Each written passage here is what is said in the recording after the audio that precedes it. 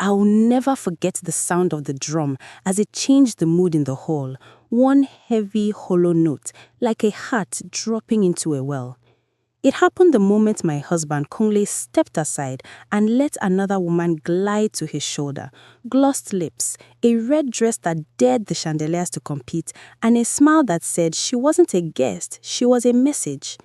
This was our 10th anniversary, a night I'd planned down to the last candle. Jollof steaming, suya smoking, a live high-life band, our children in matching asoke, my gele folded like wings. I had told myself the tension between Kunle and I was just stress from the business. I had told myself the way he'd been staying out late was because of a new contract. I had told myself too many soft lies. "Ladies and gentlemen," he called, tapping a glass. The room quieted. My parents were at the front table. His relatives crowded the left. Our staff mingled with church friends. The band leader held his horn to his lips and waited. "This night is for truth," he said. He took my hand but held it like paper, carefully, without feeling. "There are changes coming to our lives, to my life." He paused, and the woman reached into her clutch with the confidence of a general loading a weapon. "My name is Amaka. I co-founded Crown Build Projects with Kunle 8 years ago in Port Harcourt, when our first child still slept on my back while I sorted invoices. We rose from 2 laptops and 1 cracked desk to payrolls, boardrooms, and government sites. My knuckles have the dents of a woman who has pushed open stubborn doors.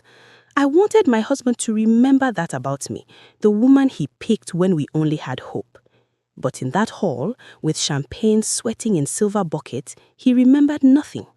The mystery woman handed him a brown envelope like she was feeding a pet. He turned and gave it to me. I laughed, honest laughter. The ceremony lights blurred and the band leader's eyebrow twitched. "Kunle, what is this drama?" I asked, pulling the flap. The paper slid into my hand like a cold fish. Divorce petition. My name spelled correctly, my address, the grounds, irreconcilable differences. I felt the hall tilt. My friend Sade stood up so fast, her chair scraped. My mother's hand flew to her chest. The woman in the red dress stared at me, not with triumph, but with pity, as if I had failed an exam she had marked. Kunle cleared his throat. "Amaka, I want a divorce," he said, voice flat. "I'm moving on with Clara." He gestured to the woman in red, as if that was her name carved on my night. "And I will need you and the kids to relocate. This house is mine under the deed. We'll set you up somewhere." He had rehearsed this. He had rolled the words on his tongue until they felt like law. I heard my own voice before I felt my body move. "You brought your side chick to our anniversary to inform me you want a divorce," I said, slowly, each word like a nail hammered into a table. Then I reached across the air and slapped him. Not a wild slap, not rage without aim, a slap with history inside it. The nights I did the books, the mornings I drove to sites when pregnant, the deals we closed while eating fried plantain in the car. The music stopped. Gasps flew like birds. He staggered, touching his cheek, small and shocked, a boy who touched a flame. Clara stepped in. "Violence, so primitive," she said, bored, almost yawning. "Security, please." 2 of the event men hovered, unsure. I smiled at them. "If you touch me, you won't walk in this city again," I said softly. They melted away like sugar in hot tea. Kunle found his words again and swung them like a cutlass. "Pack your things by Friday," he said. "The children will have visitation. We can arrange a nanny to help you move." "My children will not be visiting their mother," I said. "They live with me." It felt like speaking into wind. The crowd was a sea of faces, some angry, some feasting on drama, some with wet eyes. Sade was at my elbow now, whispering, "Don't cry here, not in front of them." I blinked the tears back like I had practiced in other wars. I lifted my chin. "Enjoy your speech," I told Kunle. "Make it your last good one." I left with my children before the cake was cut. Outside, the night smelt of rain and pepper soup. My son, Tobe, squeezed my hand. "Mommy, is Daddy leaving?" he asked. I knelt and kissed his forehead. Daddy has lost his way, but we are not lost. Even as I said it, fear crawled up my spine and nested behind my heart. The woman in the red had stood like a project manager addressing a site, owning room, owning future. I knew with the sharpness of a blade that this was not only about love, it was about power, our business, our house, our name. When we reached home, I didn't sleep. I stood at the window and watched our garden lights cut pale moons into the grass. 10 years of marriage, and he folded it into a brown envelope. I pressed my palm to the glass and told the night my vow, the only one that mattered now: you will not bury me. The city hummed back, a deep river sound. On the estate road, a generator coughed to life. In the dark glass, my face looked like a mask and a mirror, woman and warrior both, waiting for morning to bring the war that had already started. The morning after, the house moved as if it was listening. The walls held their breath, the clock ticked too loud. My children ate silently, cereal turning soft while cartoons tried to paint laughter over dread. My phone was a drum of messages, whispers from guests, prayers from church aunties, greed-scented curiosity from people who had never called me at dawn. Sade arrived before 8 with a tray and a folder under her arm. Moi moi, pap, and a folder under her arm. She works in our company's internal audit department. She knows where our weaknesses sleep. Eat, she said, then read. I forced a spoonful of pap and pretended it warmed me. She opened the folder. They are trying to erase you, she said. My name was missing from an internal memo. A board meeting had been set without me. Clara, project manager, I now had the title, had introduced a new procurement framework that shifted approvals to her department. My signature was suddenly optional. My image vanished from the About Us page overnight. It was happening like rain you didn't feel until your feet were wet. My doorbell rang like a warning bell in a village square. Kunle walked in with a lawyer I had never seen and a perfumed indignation that set my teeth edge. He didn't greet the children. He nodded at me as if nodding at staff. You have until Friday, he repeated. The lease agreement was in my name. Legal has reviewed the deed. The company apartment in GRA is vacant. You can move there temporarily. Legal? I tilted my head. Do you mean the same legal I hired when you still handled contracts by yourself in a cafe? Don't reduce history to a footnote, Kunle. My voice was steady. I surprised myself. His lawyer, a thin man with a window for a face, cleared his throat. Madam, I will advise compliance for now, he said. Court processes are better than scenes. I looked at my children. I would rather walk into fire than be dragged. Where is your dignity? My mother asked when I told her. We were in her kitchen, fragrant with stockfish and thyme. It followed me here, I said, stealing a piece of fried fish and closing my eyes around salt and heat. You bathed a stubborn one, she told my father. He smiled without smiling. Stubborn is good when wind rises, he said, and then caught himself. Sorry, I promised to reduce proverbs. We all laughed, and the laughter stitched a small wound for a moment. By afternoon, staff began to choose sides the way people always do. Some with messages that smelled of loyalty, some with silence that said, I serve whoever signs my pay. A driver called to say Kunle had asked him to bring boxes. I told him to come. I wanted to see what a man looks like when he moves out of his own story. When the driver arrived, Kunle followed, wearing arrogance like cologne. He headed to the bedroom. I stepped into the doorway. I can collect your things, I said. You will not collect my children's home. He laughed without sound. Everything here is mine, he said. Even the spoons, I asked. Take them. I bought them in Mile 3 Market when you were still too proud to price tomatoes. He flinched, then recovered. The company will speak, he said. You will find out how powerless you are. I have the board. He was wrong about me, but he was right about the board. Those men loved results and returned calls. They loved smooth presentations and big contracts. They loved Kunle's voice. They tolerated my shadow until the shadow threatened to be a mountain. As Kunle supervised boxes, Sade texted, come to the office after he leaves, alone. I replied with a single word, when? She answered, now. I told my cousin to watch the kids. I put on flat shoes. I didn't touch my makeup. I wanted to walk into the office with my face as it was, unpolished truth. The company receptionist, sweet Uju with her braids and bright lip gloss, looked at me like good news had returned. Auntie Amaka, welcome, she whispered, squeezing my hand from across the counter. Sade was waiting in my old office, Kunle's temporary office now. She had a flash drive and eyes that had seen too much. Before we speak, she said, I need you to breathe. I sat. I breathed. She slid a paper towards me. It was an invoice to a company I didn't recognize, Red Coral Consults. The amounts were round numbers, too round, too neat. Clara set up this vendor 3 months ago, she said. Payments for logistics and contingencies on 3 of our biggest projects. Red Coral's account is linked to a personal account. She took a beat. Kunle's. I've traced signatures altered, approvals rerouted. They are bleeding us and using Red Coral as the vein. My skin went cold, then hot. My heart fisted. How long? My voice sounded far away. Since she joined as project manager, she said, this is why they need you out. They want full control when the audit is updated and the papers cleaned. She did air quotes. As they were knives. She looked at the door, lowered her voice. I can pull everything, but if they smell me, I'm finished. You need a bigger hand. EFCC, I said. The letters like a bell rung over a snake. It's not small stealing. It's fraud. Corporate fraud. Procurement fraud. Shade nodded. Yes, but you must be ready. If you call them, it becomes war. Public. Ugly. They will try to turn it on you. They will say you are a bitter wife. I laughed once, sharp. I said, I am a bitter wife. And a co-founder, and a mother, and a woman who will not be eaten. We copied files. We took photos. We moved like thieves for justice in a building I helped paint. Uju kept watch, pretending to search email while her eyes flashed Morse code at every corridor. By evening, I held a small box of truth, a flash drive, printed ledgers, a list of altered vendors, screenshots of WhatsApp messages where Clara told a site engineer to round up, and later, don't tell Amaka. I tucked the box into my bag like a newborn and walked out where the evening had turned the sky the color of palm wine.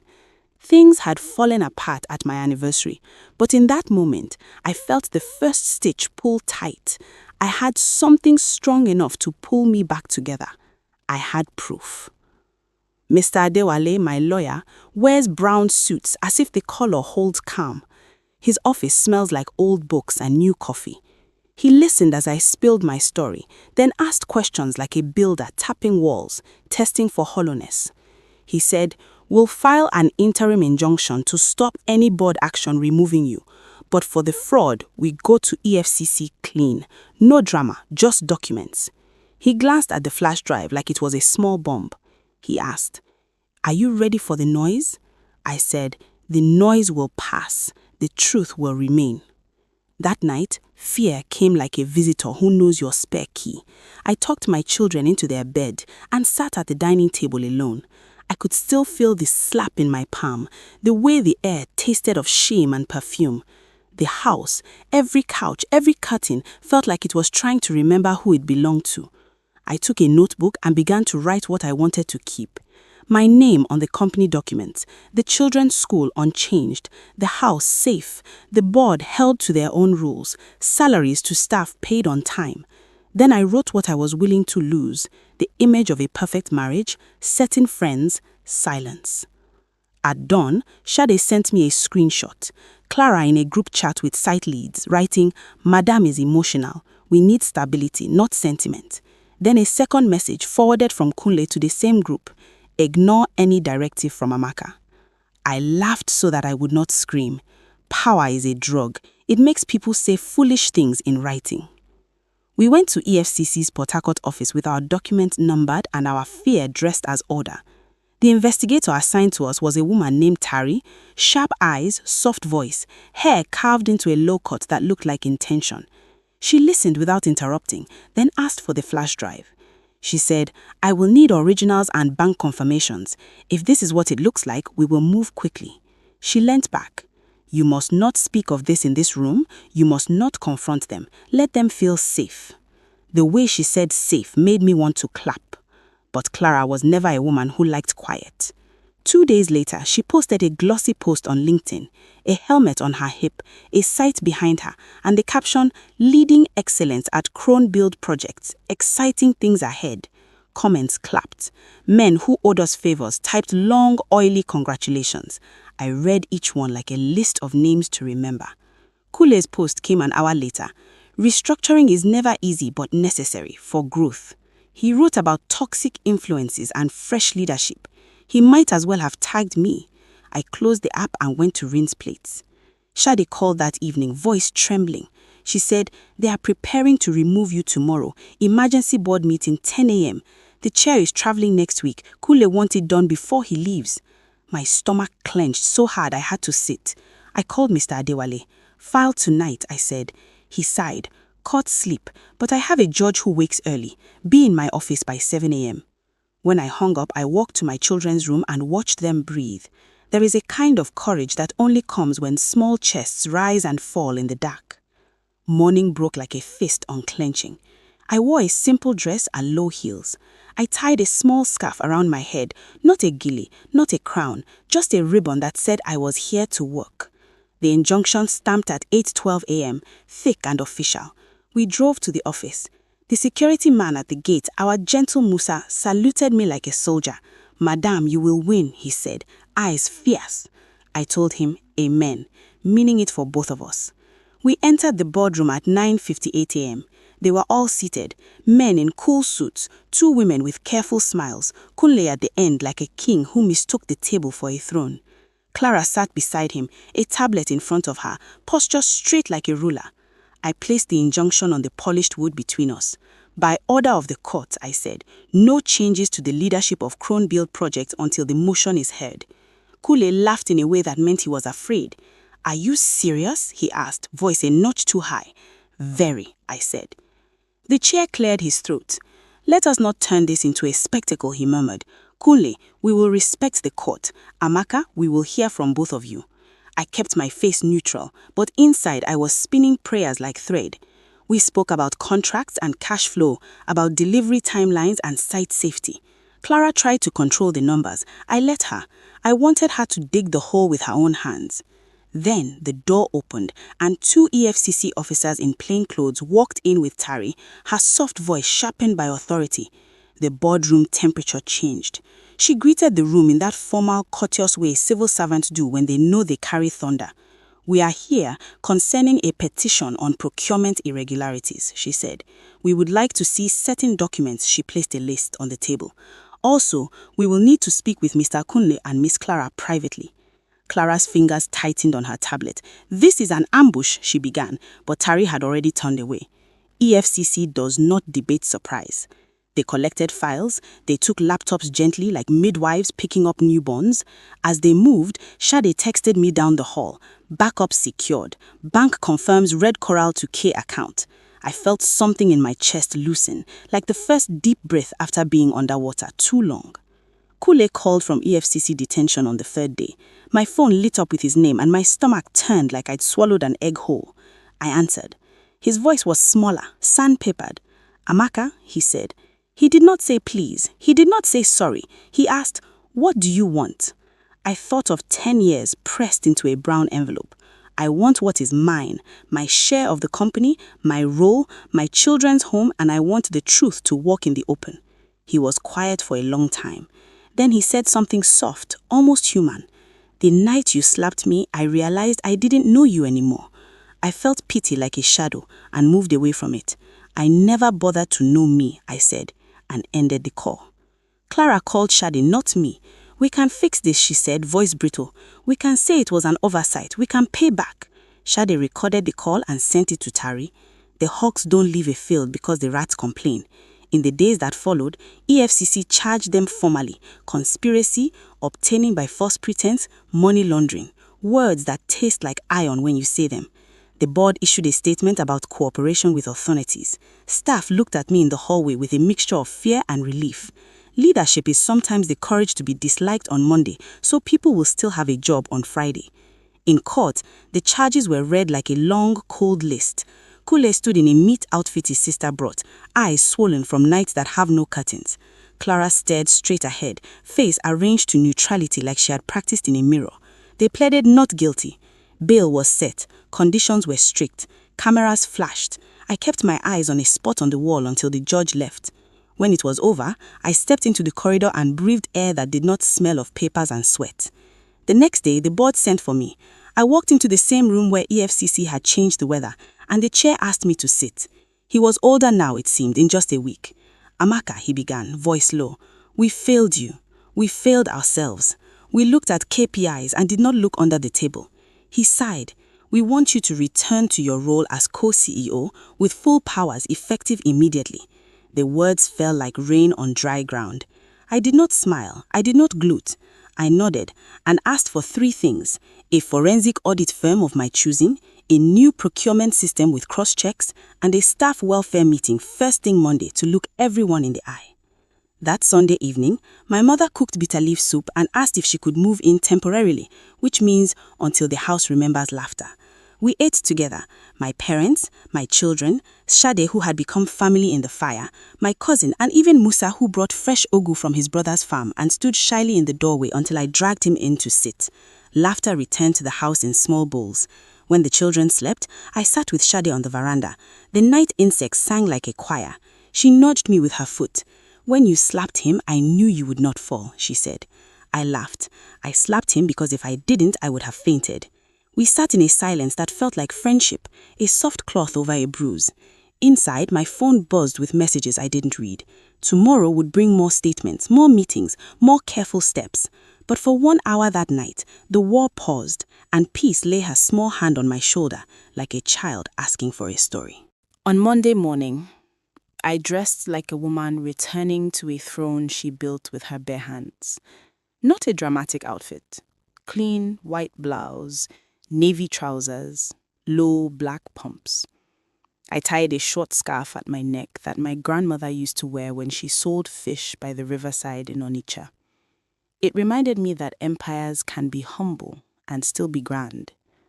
I braided my daughter's hair quickly, packed lunches, kissed foreheads, and let the door close softly behind us like a prayer.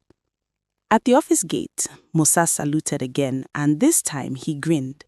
Staff clustered in 2s and 3s, curiosity in the air like dust in sunlight. I greeted everyone by name as I walked to the conference room. When we gathered, I did not bring slides. I brought honesty. "Good morning," I began. "You have heard stories, blogs, whispers, half-truths. Here is what is true. We had a breach. People we trusted misused that trust. We called the law. We will not be ashamed of doing what is right." I looked around at faces I knew since we were just 7 people sharing one printer. Salaries will be paid on Thursday as usual. No one is losing their job because we chose integrity. We will work harder, we will work smarter, but we will not work in fear. Hands shot up. Site delays, client questions, rumors about a project being pulled. I answered each one with specifics, not hope. After the meeting, I walked into my office, the one where Kunle had hung a large photo of himself in a hard hat. It was gone. In its place, the wall was bare, a pale rectangle of paint, the color of second chances. I sat, opened my laptop, and began to read the forensic audit proposal. Work is the medicine I take without water. At noon, Mr. Adewale came to a bouquet I did not need. He apologized again in the heavy, formal way of men who understand accountability late. I accepted without cruelty. We fix the system. We protect the ground staff. We document everything, and we stop pretending red flags are decorations. He nodded, took notes, and left me with a quiet that felt like a good room after guests have gone. Mr. Adewale called to tell me the court granted a restraining order preventing Kunle from selling any personal assets tied to the company pending trial. "We will also begin divorce proceedings on your terms," he said carefully. I watched my hands. They had little scars from staplers and site gates and cooking oil. "I am ready," I said. Not because I hate him, because I love myself enough to close a door. That afternoon, Clara posted a long message about witch hunts and jealous women. Her followers wrote essays below it. I left it there, like a sign on a road to a village I would never visit again. Kunle's family sent emissaries, the uncle who thinks humor is balm, the aunt who collects secrets like jewelry. "Let's settle this inside," they pleaded. I poured them zubu and asked after their children, their businesses. I kept my face soft and my resolve iron. "This one," I said gently, "we will settle in the light." In the evening, I drove to the waterfront alone. The river held the sky like a mirror that refused to break. I thought about the night of the anniversary, the drum's hollow note, the slap, the humiliation, my children's confused eyes. I thought about Sade in her small courage, about Uju's quick watchfulness, about Musa's steady salute, about Tari with her quiet thunder. We never survive alone in this country. We weave each other into nets. On my way home, my phone rang, unknown number. I answered. A woman's voice filled my ear, tired, young, unfamiliar. "Is this Amaka?" she asked. "Yes." She was silent for a moment. Then she said, "My name is Joy. I used to work for Red Coral. I have emails. Clara made me send invoices I knew were fake. I was afraid." My heart beat once, hard. "You have them still?" I asked. "Yes," she whispered. "I left last month. They still owe me salary." I pulled over. "Joy," I said, "tomorrow come to my office. We'll pay you for your time legally and you'll hand them to EFCC. You did the right thing calling." She began to cry. "Thank you, Ma." I hung up and pressed my forehead to the steering wheel. Justice has a way of multiplying when it finally finds a door. When I reached home, the children were drawing at the dining table. My daughter had sketched a woman with a tiny crown, standing beside a house with smoke curling from the chimney. "Is that me?" I asked. She nodded hard. "You are the queen," she said. I laughed and then I cried, though I told myself I wouldn't. They watched me with the simple, profound openness of children. "Mommy is happy," I said quickly, wiping my face. "Sometimes happy looks like tears." That night, I slept a deep, grateful sleep. The house felt like mine again. The fear was gone, but it no longer had the key. In the morning, I would wake and go back to war, the polite kind with memos and meetings. But for the first time since the drum dropped at our party, I knew how the story would end. Not with shame, not with exile, not with me walking out of a house carrying my children's clothes in black nylon bags. It would end with me standing, working, laughing, and with a company that remembered whose hands built its first wall. People will say later that I stayed calm through it all.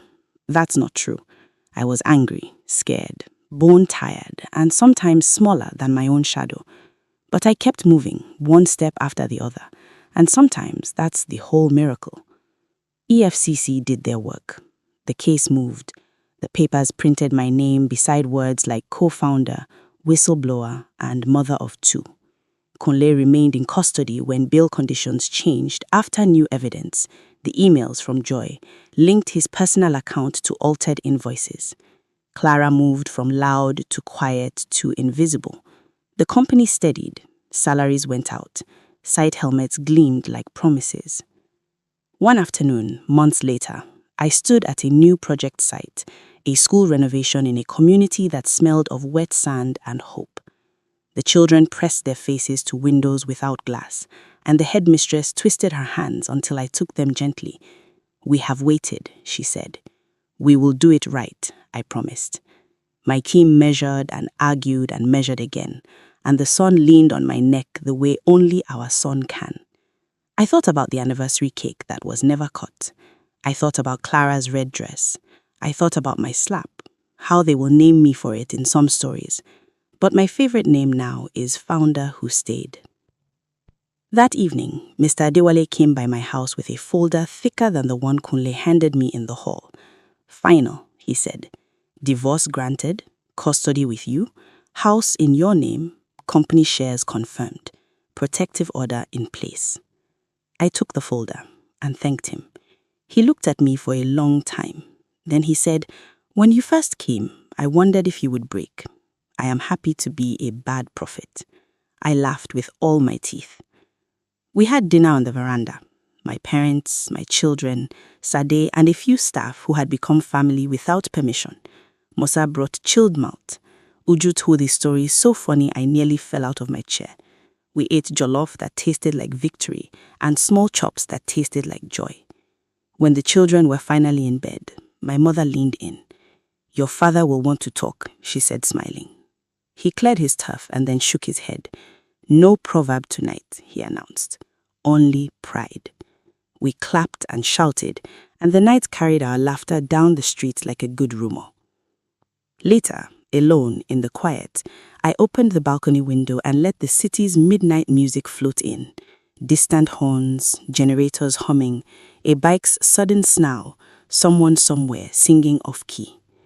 I thought about every woman who will read my story and think, could I do this? Here is my answer. You don't know you can until the ground opens. Then you learn to build bridges while you run. You learn to choose your circle the way you choose a life jacket. You learn that dignity is not a fancy word. It is a daily practice. If you ever find yourself in a hall filled with light and betrayal, if a man you loved hands you an envelope that tries to reduce your life to a signature, if a woman in red stands beside him and calls your courage primitive, hold your ground. Don't let humiliation name you. If your hand moves, let it move with purpose. If your voice shakes, let it shake while it tells the truth.